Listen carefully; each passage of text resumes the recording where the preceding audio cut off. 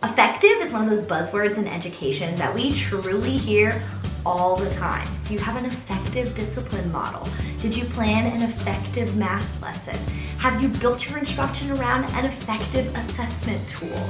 Today we're going to dig a little bit deeper into what effective can mean in terms of a writing lesson. You know, writing is one of my favorite topics to talk about here, so much so it's our biggest playlist here on YouTube.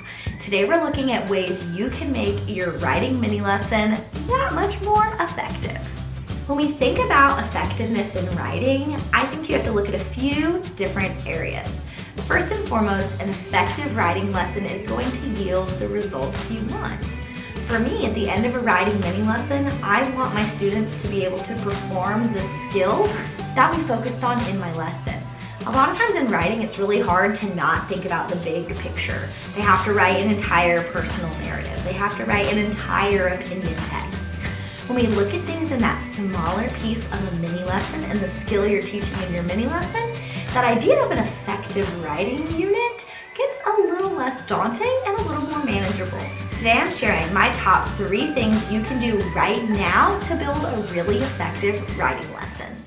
Writing lesson tip number 1 to make sure it's effective and meeting the goals that you have set for your students is to make sure that you are keeping that lesson mini.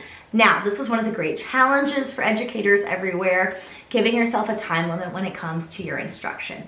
Now, we all have those time limits of when we go to lunch and when we have to go to related arts, but sometimes trimming down your instruction to fit in a 10 to 15 minute window can be one of the hardest parts of planning for those effective lessons. However, we really believe in the power of a mini lesson to increase the engagement for your students. When students know how long-ish you're going to be up there teaching, they're so much more likely to be engaged, especially if they know they're going to immediately get to start writing following your instruction. So, effectiveness tip number 1 is to make sure your writing mini lesson is truly a mini lesson. Effectiveness tip number 2 is to up the engagement. For me, I know a lesson has been super successful when at the end, all of my students are able to begin performing that skill that we focused on in my lesson.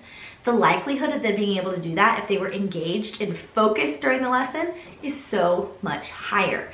That's why we really encourage you all to build some engagement strategies into your lesson. Think about the topics that you're sharing. Whenever we're modeling with our mentor writing in class, I want to make sure it's something my students are super interested in and super engaged with. Give them opportunities to do partner work, turn and talk with a neighbor, and chances for them to share out with the class. All of those are really quick and easy to implement strategies that are going to up your engagement and then up the effectiveness of the lesson as a whole. Effective tip number 3 is to use anchor charts in those writing lessons. Anchor charts are hugely powerful tools because it's creating a visual that students can return back to over and over again to support their work within the skill that the chart is based around. I love an anchor chart that is truly being generated with my students because I think it makes it that much more meaningful and again, ups the engagement of the creation of the anchor chart. Now, a personal favorite for me is the anchor charts that are coming within our writing units. I love that they have full-size versions. I like to print them on our poster printer at school. Or if you don't have a poster printer, you can even use them as inspiration for your own hand-drawn charts. But even better, they come as student-size versions as well that are super easy to print and put into the writing journal. This means students can continue to refer back to these charts that cover the skill you focused on in your lesson. If you're looking for help in any of the areas in writing workshop, one of my favorite places to send people is to our writing units.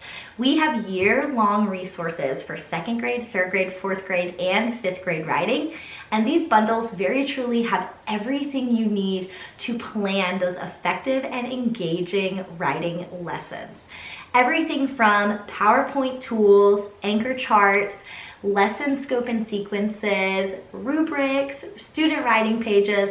It's truly an all-in-one within our writing units. Ever since I've started using these writing units in my own classroom, the shift in my students was amazing. They went from dreading writing to making sure I didn't forget about writing every single day. These units are going to be linked up in the cards and down in the description box. Make sure you check them out. I hope you're able to take these 3 writing tips and start using them in your writing classroom right away. If you're looking for other ideas about building a strong, effective writer's workshop, make sure you check out our YouTube playlist. It's all about everything in the world of writing. I have lots of videos on there that I'm sure you're going to find even more support in. I'm also here to remind you that you are effective in what you're doing. We're proud of you and we're grateful that you're a part of our community here at Not So Wimpy Teacher. If you're not already, make sure you're subscribed. We put out new videos every single week and we would love to have you on that subscriber list so you get a notification every time we put out new content. As always, say hi down in the comments and have a not so wimpy day. Bye.